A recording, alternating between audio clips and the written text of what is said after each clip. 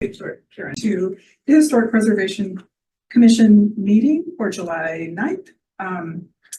Let's see, we will start. We don't really do roll calls. We're not going to do that. Never done that before, but we will do the approval of the meeting minutes. Everyone should have received the minutes in their package. Are there any comments on the minutes? No. Okay. Do we have a motion to approve the minutes? I make the motion to approve them. There's a second. All those in favor? Aye. Aye. Aye. Opposed? Okay, hearing none, the minutes are approved as written. Okay, moving right along. Next, we have a public hearing. So I need to read a little something. If you wish to speak, please state your name and address when you come up to speak. Welcome to the Historic Preservation Commission of the City of Webster Groves. This commission recommends to the City Council the adoption of ordinances designating single structures or sites, portions of structures, groups of structures, landscape elements, works of art, or integrated combinations thereof, having a special historical or architectural interest or value as landmarks or historic districts. This commission reviews applications for certificate of appropriateness to remove or demolish designated landmarks and structures within historic districts.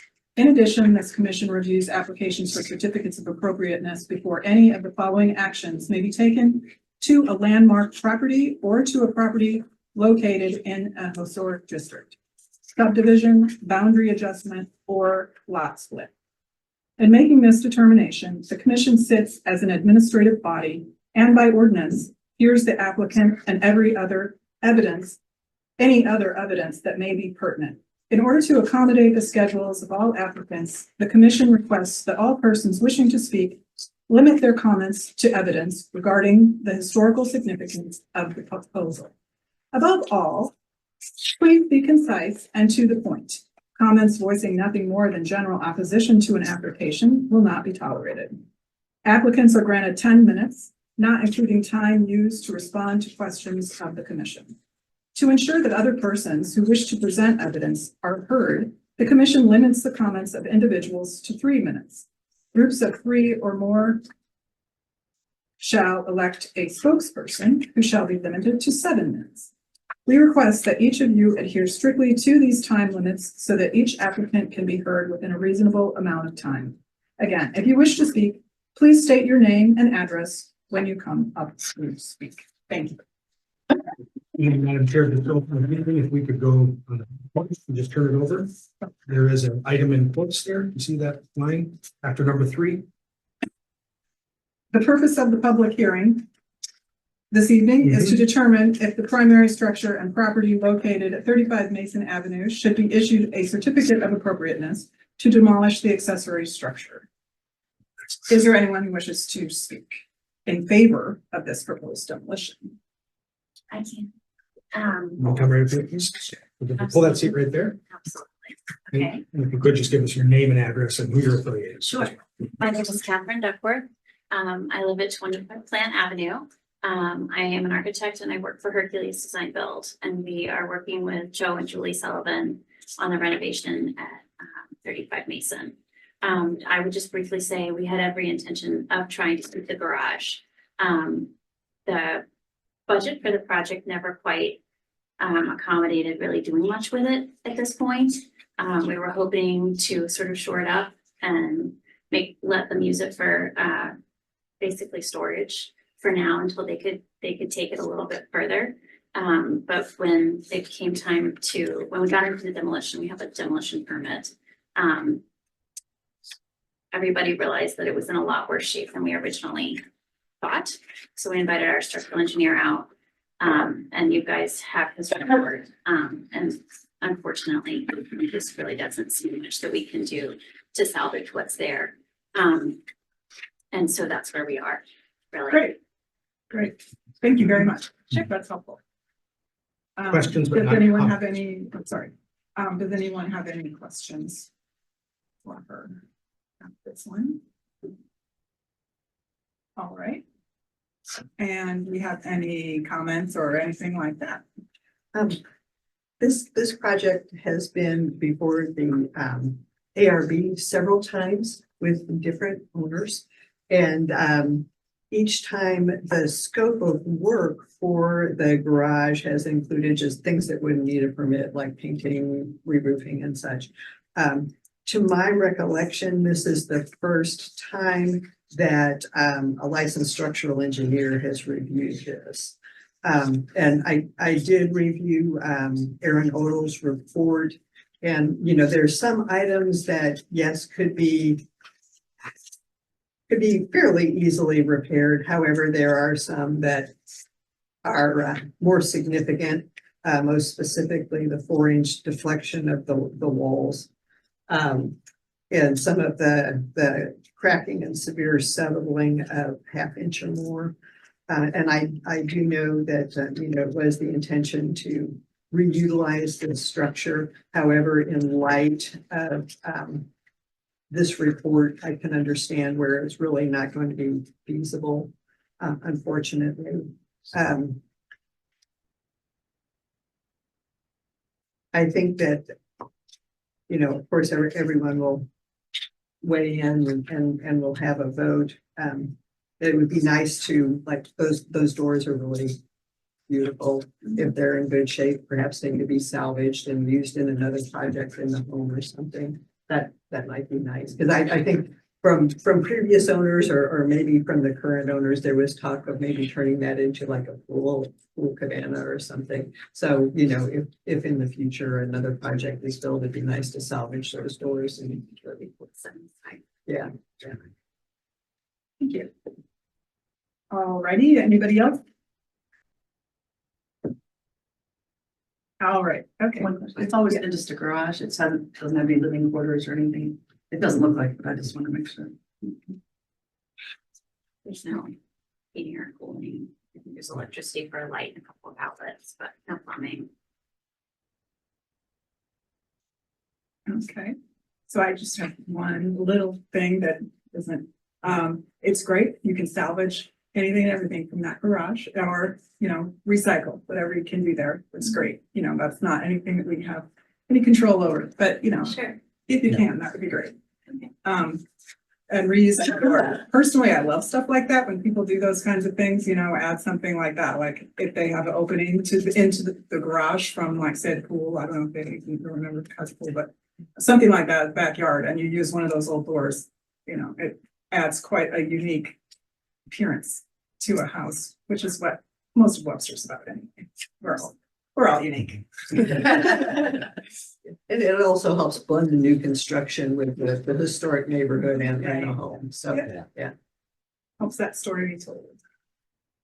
Anyway, all right, so if we don't have anything else, and it doesn't appear anyone's on Zoom, right? So If you could just ask, is there anyone else wishing to speak one more time?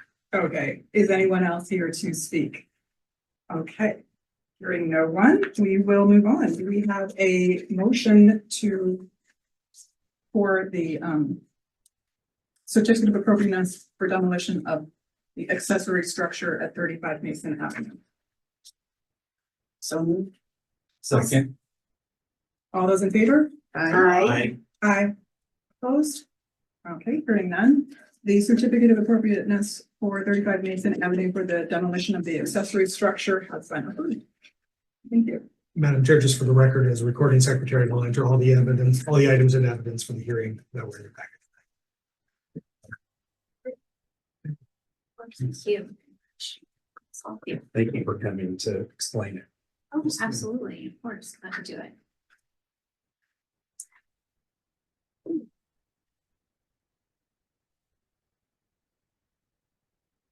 You need to have more meetings like this. We're going right along pretty good, huh? Well, one item on the agenda. One item on the agenda. Yes, I know. Yeah, that is true. Okay, so visitor comments then. Our only. Nope. Only visitor. Yes.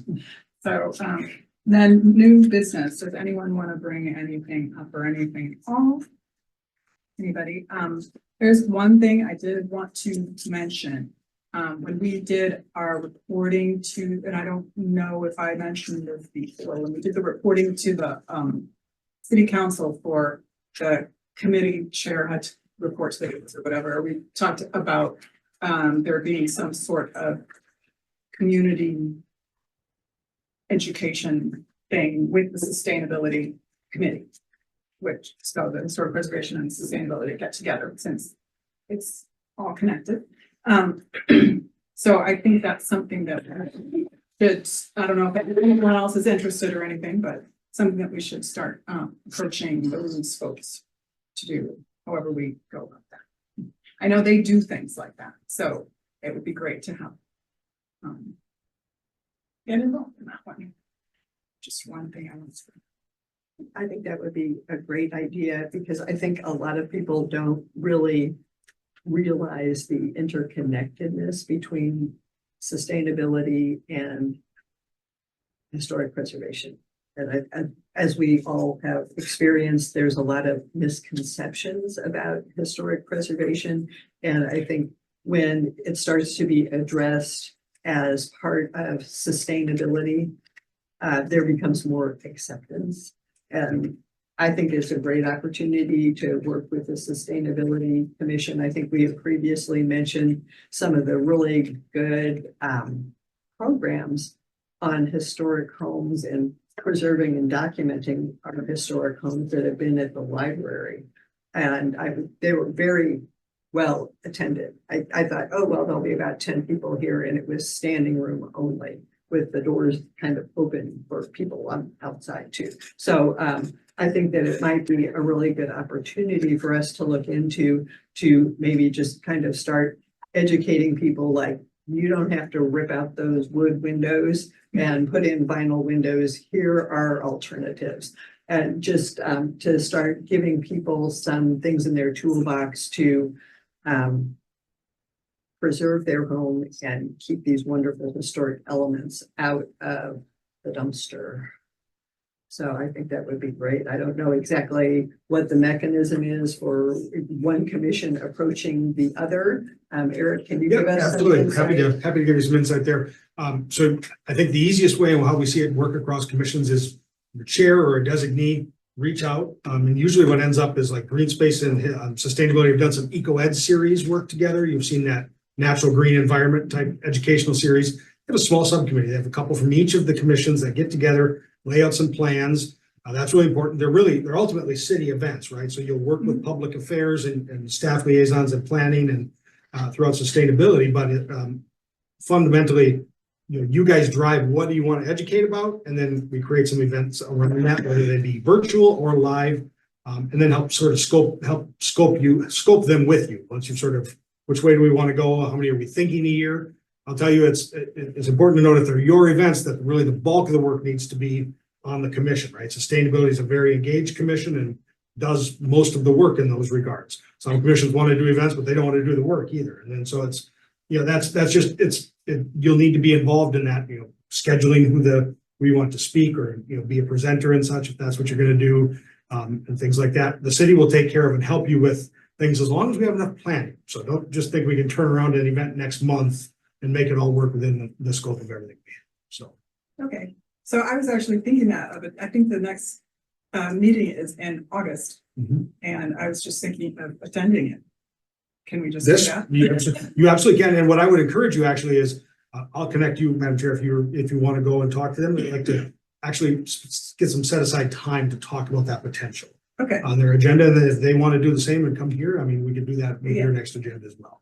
Okay. Obviously, you have some oversight, some very legal type of settings like your public hearing you just did, but you also have an education role as well. So That's right. Yep. Well, I think there could be like a nexus between our two communities too, because you mentioned not throwing away windows, but I think a lot of people see sustainability through the eyes of nature, keeping the rivers clean and keeping that sort of thing. I think the Grow Brundtland definition of sustainability that comes out of the United Nations mostly talks about making communities good for us now, but also good for the coming people. And most of it, in my mind, focuses on environmental stuff, environmental justice, and cleaning up waste sites and that sort of thing. But I think maybe they could teach us about how they're focusing on sustainability, and we could provide some information to them about how we see sustainability. And you know, as far as from my point of view, when we look at like members of a community or a state or a city or the world, every action that every individual can take has a remarkable cumulative effect.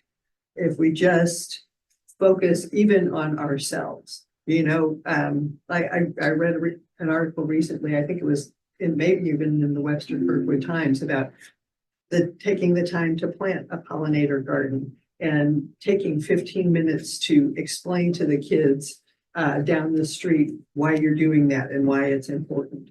And Jane Goodall, who I'm sure we're all familiar with, she's in her late 80s now and continues to speak worldwide because of the urgency to address our natural environment and to sustain our planet. And that's one thing she emphasizes. Nothing anybody, not anything that one individual does is too small. There's nothing too small. So I also think that's an important message to get across. Yeah, that's something I always think of it as, you know, it's our environment. It isn't natural, man-made, this, that, or the other. They aren't separated out there. The natural environment has no idea it's not supposed to climb the building, you know, that it's all together. So it's an all-together solution is what we need. We don't need this group, that group. That doesn't really help out then, right? You know, we can't separate ourselves all the time. So, you know, everybody, everything about it, whichever part of Webster even, you know, we don't even have that many where everything's developed. There isn't a part of Webster that is truly undeveloped. So developed land of some sort, somehow, some way, sometime. So, you know, it's what we do to it next. So, yeah, it's always been sort of my thing with historic preservation. When I started it, I did both together in graduate school, green preservation. So, yeah. Definitely would like to do it. So I will plan to attend that meeting if anybody else would like to come. I can't remember what day it is. But The Sustainability Commission? you probably, yeah, you could probably check. What I will do as I'm saying that is I will tomorrow put together you and the sustainability chair and the liaisons on an email so you can just talk about anything ahead of time if they want agenda time added and such. So Great. do that for you. Let's see, August. And I wasn't necessarily, you know, it's just sort of a No, that's introductory Yeah. conversation. I assume you know, there's gotta be somebody on. Number of people who live in old houses in Webster. sustainability is August 19th. August 19th. Yes. And they are, I think, a 4:00 meeting. 4:00. They do Mondays at 4:00. They're, yes, 4:00 in this room on Mondays. So. Okay. They are on Zoom if anyone's at their office or such and wants to join in. All the meetings will be on Zoom. Okay, great, thank you. Yep. Okay, I just wanted to mention that as far as new business. And then, does anybody else have any new business? You already did that.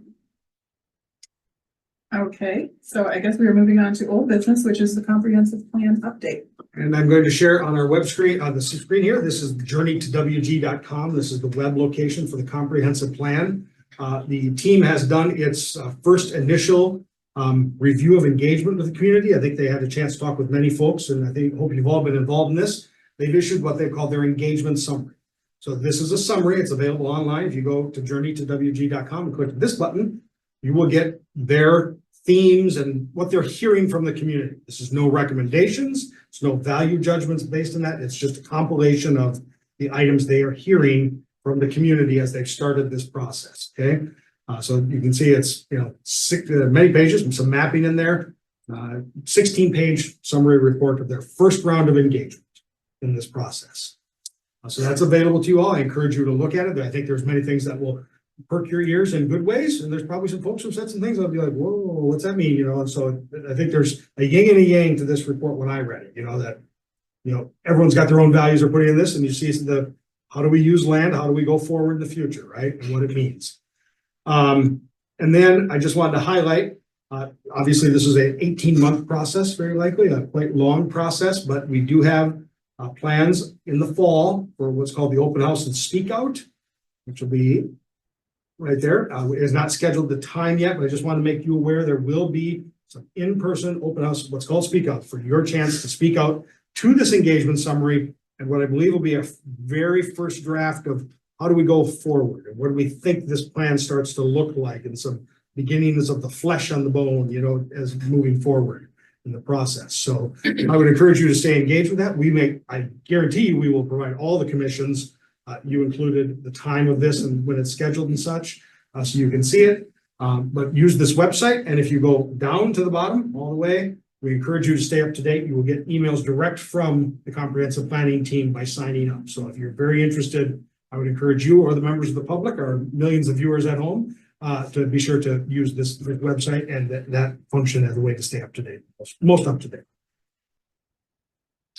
I am an ambassador in this process, Eric. I haven't, since the changes around here, I don't know what's happening with what my kind of role is supposed to be, and I haven't really been contacted. Good. So I want to be involved. Yep, but absolutely. I just don't know. So obviously, yeah, the changes are relatively new to Yes. some of us, so we are all in, and I'm not your permanent liaison, so I'm gonna shoot from the hip here, Hillary, but Okay. I know the ambassador role is certainly important. Now, the planning team the consultants are gonna take much of the work here still, right? Yeah. It's really not, Renee Tyler is in place and she has met with them, so they're aware of the change and they're continuing on. The comprehensive plan process is unaffected by any staffing changes that have happened. As to the ambassadors, I don't believe that your role at this moment has changed in any way, but I will have a double check in with them and so that we can provide some assurance and just some update and communications on Yeah, things to you. okay. So, but Renee Tyler, just for your conversations as well, she is on our, I don't know if you've met her at any of your previous meetings or not. She's our deputy city manager of community vitality. She is in place and she is overseeing planning and development, which is part of her portfolio directly. We do have a building commissioner that will be joining us this coming week, I believe. In about a week, our new staff member will be hired there, and we're actively recruiting on the planning director process. So we've got applications in. So I just want to give you that update. If anytime you go to our staff directory online, Renee is available. Her contact information is there. If you need me, you have questions and I get feedback from something, reach out to me and I'm happy to step in and help get there. Besides what was more, I'm sorry. The first person, Renee, Renee Tyler. what is her role? So she is a deputy city manager of community vitality. What would that mean? Sure. So community vitality speaks to, when you see this, Missouri has not changed many of these, but you see many more of the local governments changing titling to reflect values and outcomes and hope and goals for what kind of the world that they oversee. So I'm in finance and budget. We oftentimes get the finance and budget role, right? But community vitality really speaks in our world here to planning and development, the work, how we use the built environment and in the natural environment, let me put it that way. Public works, again, how we are protecting our infrastructure and managing it. And then also business development, how our business community is involved in that environment as well. And then how that speaks all of that to the quality of life in our communities, ability to be resilient, to be, to overcome many of our natural disaster issues, flooding that we had and such. So it's a title built around the set of goals and hopes and visions for that piece of the portfolio of the department.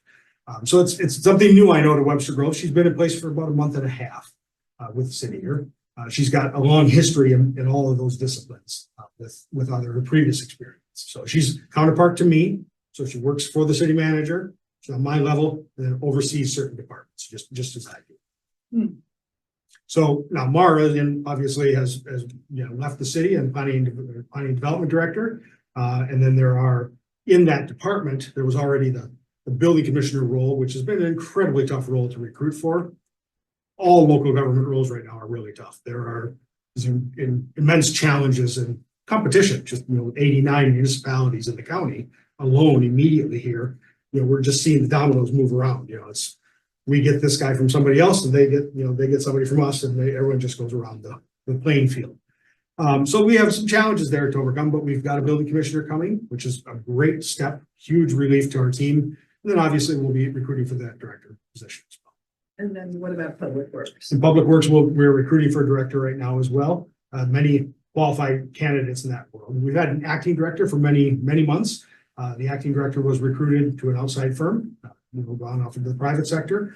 We compete with them too. So it's, where we end up. So those challenges, but we seem to be keeping up as day to day with the functional issues and things that are coming in. But we do have, needs to help get people hired. Parks and Rec is going through that as well. We're having a pop-up hiring event on Friday because we can't find enough people in the seasonal crew, because you can make $20 an hour at McDonald's or Walmart. Why would you come spend time outside mowing, trimming, weed eating, things like that, and such. So we all face those struggles in local government, but working through those day by day. So like, Mhm. for who's doing like the P and Z reviews before they come to like ARB or? So that's in our planning department. It's Jim Bailey is his name. He's an architect. He's yeah, a I know plan Jim. reviewer for us. And so he is doing all of those. So he'll be staffing directly to that. Now, obviously, we need the building commissioner to come in because that's going to be way too much volume for one person if it accumulates. But luckily, the building commissioner's been hired. We've hired that position 3 times since it's been vacant. Mr. Ham left. One of those folks quit 5 minutes before he started up for his first day. So, we just go through that, right? And those kinds of examples for you. So What about staff for more zoning reports, staff reports for like rezoning cases and? rezoning cases and such, yeah. So Yolanda and Denise, and then also Takoya are still all involved there. Tommy Neal is helping with those as well. I'm not going to tell you, there's a lot of work in planning and development to do. But we believe that with some process improvement, but also then refilling those positions and just, continuing to hiring, we're going to have to do with many positions. We're in that area.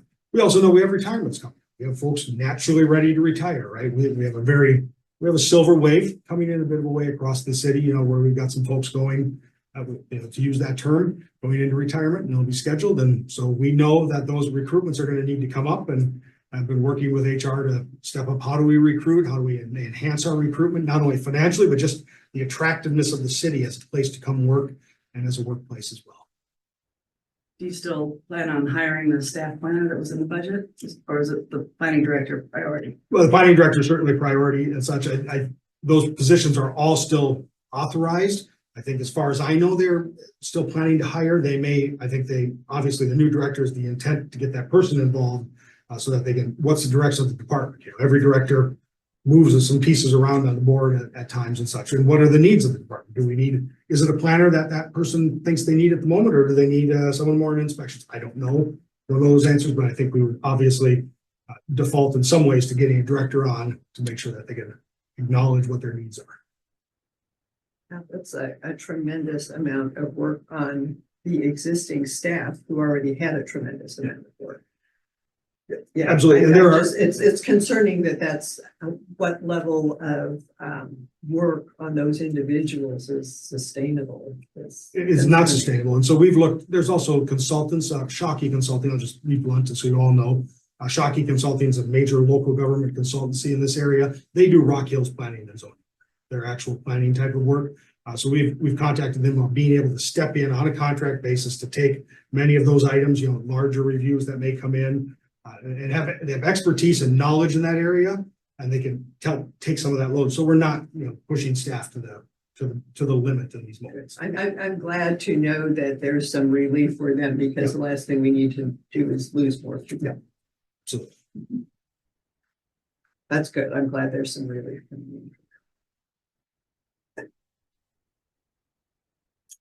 Just a day-to-day kind of thing, like if for some reason somebody can't make a meeting, and who would be coordinating that and assuring that we have a quorum? Who would For we HPC? who would we be contacting? So it'll be Renee Tyler. I will send out to all of you, Renee and Yolanda in the office, between those two staff. Those are the two I would encourage you to connect with daily. Okay. I'll also give you my contact information. If you're not getting connection with someone, you can reach out to me as well. So.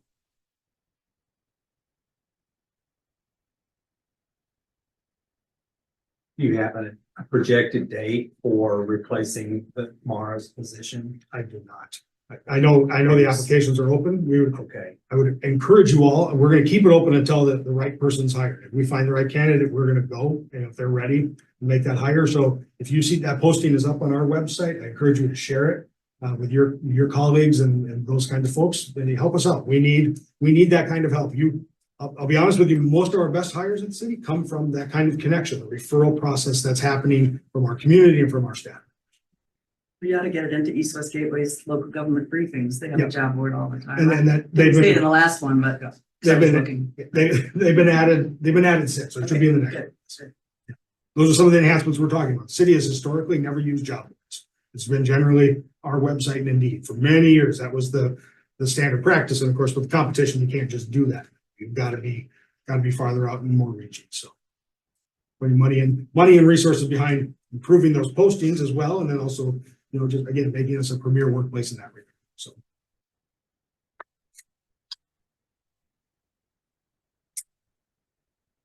All right. Let's see, our next meeting is August 13th. Same time. All right. And I guess that's it. Do we have a? Just real quick, if I may ask, I forgot to bring it in new business. Do the council members normally give an update to your meeting or? Oh, yeah. Actually, usually they. So we'll make sure it gets on the agenda for next time, but the council member out there, I didn't want to leave you hanging if you wanted to say something. So, if you don't want to say something, you Yeah, can. sorry, Karen. Well, no, but I don't have anything.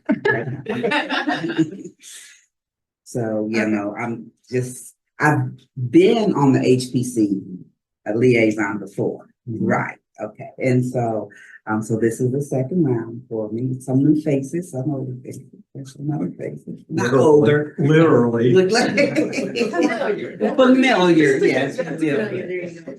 And so, I like to listen and learn and observe. And, but when we basically have information, I know right now, a big push for us is the commission, is the comprehensive plan. And, that's a big thing for me because I'm just really committed to seeing what we can do and what our goals are for the city and what we can do to generate revenue for the city, because for me, I want to get the bulk of the weight of the city off of the backs of the homeowner taxpayers. And so You'll have a lot of people who are in favor. right. So for me, that's one of the things that I'm really, really focused on with the comprehensive plan is what can we do? What alternatives can we bring to the city to generate revenue? And still keeping in mind, the character, the personality, the whatever for the city, but the reality that change has to occur for us to not have to keep doing the same thing and relying on the same purse, to support the city. Perks of Webster Groves, there are a lot. Yeah, that's actually, I read that report on their website. I was actually happy to see the Watson Road area mentioned, because I always wonder about it. Even when I first moved here, I just thought, this part is Webster Groves. Right. And it's kind of like this whole commercial area is just sort of nothing. And that's just always, and I've gone up there and Eric's really sparked my interest. And I've actually gone up there in my car and got out and even just looking at where the different municipalities begin and end. Where's Webster? Where's Marlboro? Where's Chester? This little part, where's Crestwood? And, are there any opportunities? Because, we're kind of landlocked.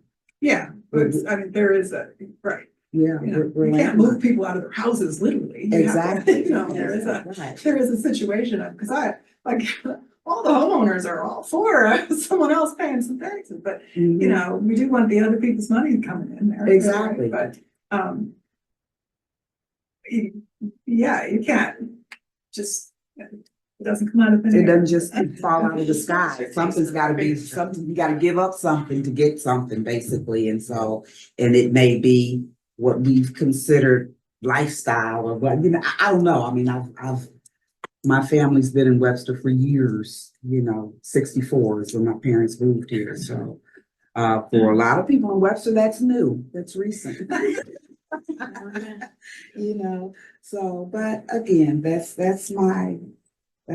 really my focus is that comprehensive plan and what can we do to open up opportunities for revenue, for growth and revenue for the city. I think a lot of us were delighted to see that plan moving forward. And especially the engagement process and how comprehensive it seems like it's really effective to get everybody's voice heard. And it's, as far as the revenue and where our money is going, for me personally, it's nice to see that somebody's thinking about it Mhm. instead of just, oh, yeah, well, maybe we need some over here and over here and over here. You know, that there's an organization and a framework, and that all of us who pay the taxes are being asked to voice what we think. So I'm great. I'm so glad that this process is going. And very critical when they have these, I think we had a very good participation with those initial hearing sessions. And, you know, we really reached out strongly to the different commissions, boards and commissions to have you, and I think I saw, was there 3? I was looking at the numbers from each and I know that there was representative from HPC and, Just the fact No. that Hillary's, Yeah, well, because no. she's still on the committee. even Well, yeah, I though was on it's a, I was on a for- webinar, but Right. yeah. But it's for, but, she's interested. but so, yeah, I mean, just come, please, and provide your input and your ideas and your questions and your oppositions and what have you, you know, we need people's input. Well, the firm seems like a good fit for Wester Groves, so that's Mhm. nice to see too.